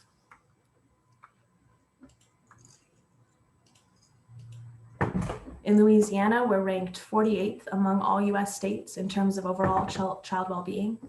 We have a higher prevalence of ACEs than the national average, according to the National Survey of Children's Health. And we have high rates statewide of specific adversities experienced by children. Things like living with somebody who had a problem with drugs or alcohol, someone who was mentally ill, suicidal, or severely depressed, witnessing domestic violence in the home, and missing school because a student felt unsafe either at school or on their way to or from school. Dr. Shervington and IWES have striking data on the particular experiences of children in New Orleans as well. And if you haven't seen some of that data, I really recommend taking a look at it. I think we can all agree that we'd like to see these numbers go down.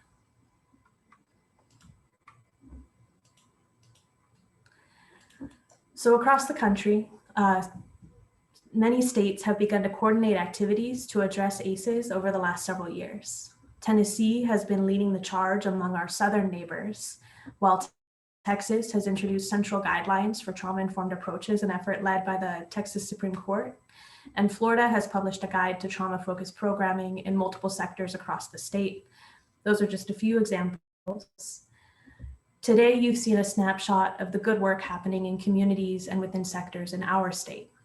A collaborative statewide effort to focus specifically on trauma and adversity is an avenue to amplifying, supporting, and growing this work and expanding it to every corner of Louisiana. This most recent period of time has been marked by changes to our daily lives and patterns, destructive storms and hurricanes, and many individual and family experiences of hardship, uncertainty, and loss. There's also a national groundswell at this moment, bringing attention to ACEs and trauma, and there's no better time to come together in this work. Many states across the country have released their own plans, their own state strategies to prevent ACEs, many this year or last year. Each state has followed their own process, but there are some shared strategic themes that emerge. One of those is establishing a team, something like a task force, initiative, or interagency team dedicated to ACEs prevention and creating opportunities for healing. In some states, advocates are focusing on avenues to spur legislative action to support families in ways that provide stability and opportunities to thrive. States are also working across systems to implement trauma-informed approaches in the public sector, all of those state systems, and working to identify evidence-based and trauma-informed approaches and support implementation of these in community agencies.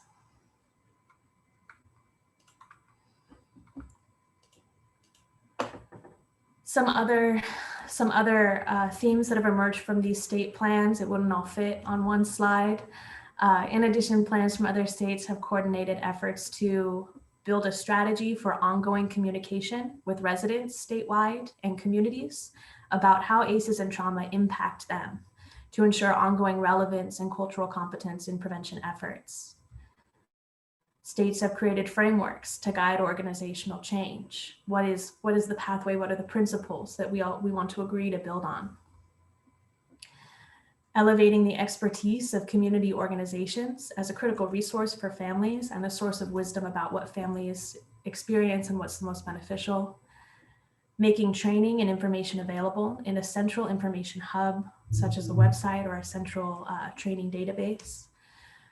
And creating guiding principles for a transformative shift to trauma-responsive approaches to serving people across the lifespan.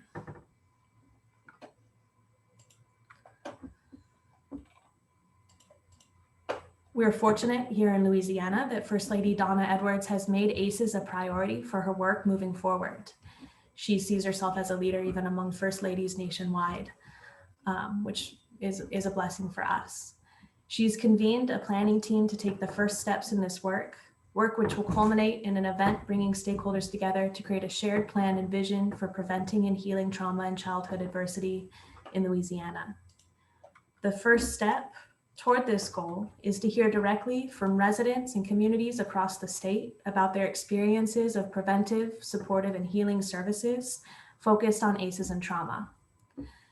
Trepwise, a local New Orleans growth consulting firm experienced in large-scale information gathering, strategy design, and facilitating conversations about complex issues across sectors, has been hired to conduct a series of interviews, focus groups, and surveys statewide. This effort will seek representation from stakeholders across all of the different systems and sectors that work with children and families, including community advocates, parents, and those with lived experience, and will reach to every region of the state. At the conclusion of this project, Trepwise will present synthesized results that can be used to guide priorities and strategies for the collaborative efforts moving forward. This first step has many benefits, including direct engagement with hundreds of stakeholders across the state. We'll be able to gather specific information about what service providers need to address ACEs, a deep dive into the landscape of existing efforts and challenges, and synthesize results and findings that can be used to inform a statewide plan for ACEs. Once results from that statewide information gathering are ready, they'll be synthesized, reviewed, and a working group will assess emergent focus areas. Advocates and stakeholders will be invited to come together to draft a plan, integrating the wisdom and experiences shared through that information gathering stage. The drafted plan will then be shared out to a larger group of stakeholders for feedback, finalized, and adopted.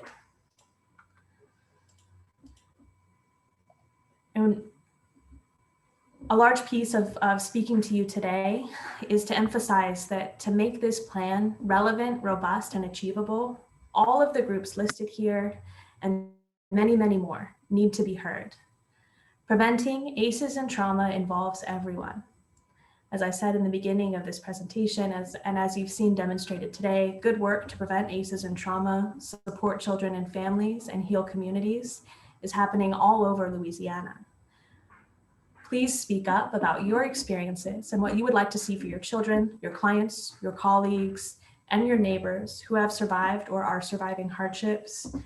And if you can, please share this effort out with other people in your communities.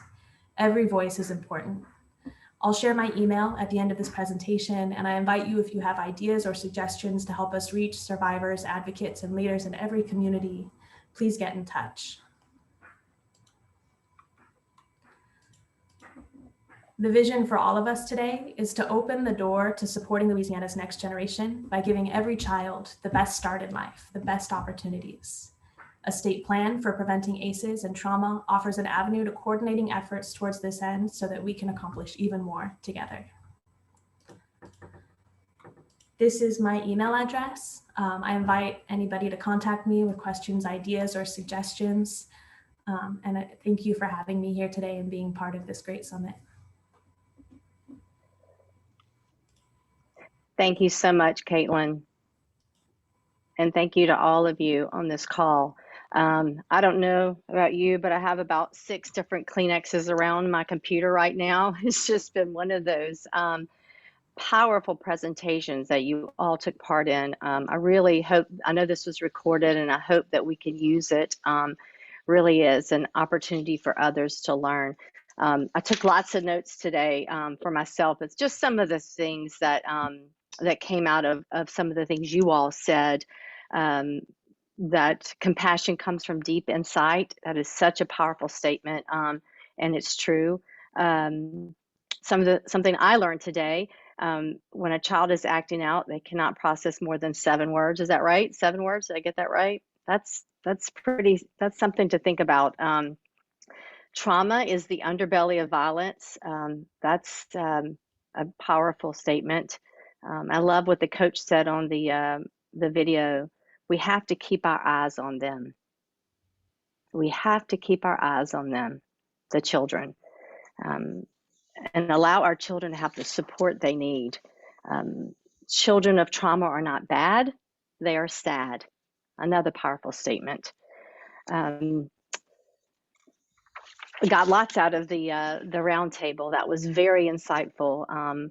I can't say enough about Erin Stokes and the work she's doing. I first met Erin through my Teach Man Music, Art, and Movement program, and I won't even start there. But she is just such an inspiration to all. And just like you want to keep Jordan at your school, we need a Jordan at every school, really. But I know that your school doesn't really, probably your parents doesn't want to share you, Erin, because you're such a powerful shaker mover in that community. You know why? Because you love and you care. And I found that as a teacher, and I think you all that are on this call that have taught children know that I could be as tough as I wanted to with the kids, and they would listen to me because they knew that I loved them at the end of it. You know, there might be a teacher that wasn't so loving and had that same directiveness that I may have, but the kids didn't listen to her as well because they didn't feel, not that she didn't love them, but they didn't feel that love. And I think at the bottom of all of this, it is that love. And Judge, I had written down Dad's on duty because I just saw that, and that was a powerful statement about really at the very basic level, it's getting people involved from the community, getting the dads, getting the parents. But so often our parents don't feel like they're wanted, and they don't feel like they're invited to come in. And I think we've got to do our part as a community and as a school to figure out how to really make these families and these parents feel like we want them to come in and love on them. And we are busy. Everybody has a busy schedule. We couldn't be busier. But I think if we go to that basic level of caring about people and walking them through their problems, the results are going to be tremendous. Because I love the fact that Erin, is that your school be a lighthouse for the community, because so often our schools and our churches are the lighthouse of the community, and we need to get back to that basic. And I'm gonna shame myself a little bit and say this today, Marquita. I guess I never really thought DCFS should be the last step. And when I heard that repeated over and over today, I thought, okay, we don't want them to be the last step, even though we love them and we're helping them and we're going to support them. So what is the first step? And I think it is, without a doubt, the community, the community in the schools and getting involved and volunteering. You're right, Judge, we need more volunteers. There's so many programs out there, VIP, Volunteers in Public Schools, and there are little pockets of goodness everywhere. But breaking down those silos and bringing everybody together and meeting, that is really, if a community can bring people together in one room and sit at the table and say, okay, what do we need to do in this community? What did Aaron Stokes and Judge Davidson and that whole community, what did they do in Rapides? Let's call them. Let's get that information and let's repeat it here and here and here and here. It's really that easy. It is really that easy. We don't have to reinvent the wheel, as we always say around here. We can actually take what others are doing, what others have done, and just implement that into our own community. Because schools are the pulse of the community, like you said. And establishing a team, you said that too. That's huge, establishing a team. And I think the answer is simple. The answer is to love. The action is a bit more than simple. It's to show that love through our actions, and that's stepping out and getting involved and being a part of the community, standing up a little bit more, getting dirty, crying and loving people where they are at their most vulnerable place. And going back to TBRI, is that trust-based relationship intervention is that relationship. And I think everybody on this call and everybody that's listening has to agree that the relationships are what bond us, right? And so that bond is really the healing answer to all of this. So by doing all that, we are absolutely, Caitlin, going to open the door for our children. And so you all have all played a part in today's presentation. It was powerful. Everybody had something to say that added to the beauty of the presentation, and I hope that everybody that's listening can take away something from this. And I'm hoping that our school system will really start figuring out how they can play a part. And Aaron, I may give you a call and say, what can we do? Can you help me get this started in our schools? There is, it's just like everything in life. It goes along and then somebody, maybe drops a ball, or I'm not even going to say that drops a ball. Something takes the place and it just keeps going. And this little, so we did at one time have foster care liaisons in each school districts. I just don't think it's as, strong as it once was. That may or may not be the answer, but I think we do need liaisons working in our communities. And the answer, it goes back to community. My community cares, and working with this group, Michelle and your group, and learning what you're doing and just transferring that over and over and over. So I just want to say thank you to everybody. Secretary Marquita Walters, do you have anything you want to say before we close out? Thank you so much, First Lady. I couldn't agree more. You said it beautifully, and I've got my Kleenex here too. And it really was very powerful. Such passion and commitment and compassion across the board from everybody that's spoken today. And I just thank you for your leadership, for your taking the mantle of being the voice and using your voice so effectively across the state. You are a gift to us all, and we all appreciate you. So thank you so much. Thank you, Marquita. And I just want to reiterate something, and I think the judge alluded to it also, Judge Davidson, is that whether you're a politician, whether you're a leader in your community, a teacher in the classroom, everybody is able to leverage that leadership role to make a difference in wherever you are in life. I know God opens up our path, and, he orders our steps, and we try not to get in front of him. I believe that everybody's leadership role, whatever it is, whether you're a parent, I think we have got to be to rise up and use those roles really make a difference where we are and in our community and whatever level. So thank you all. You are definitely leveraging your leadership roles, and God bless each and every one of you. Shelby, great job today. Thank you so much. Y'all all just did amazing. And thank you, Katie, for pulling it all together. Dr.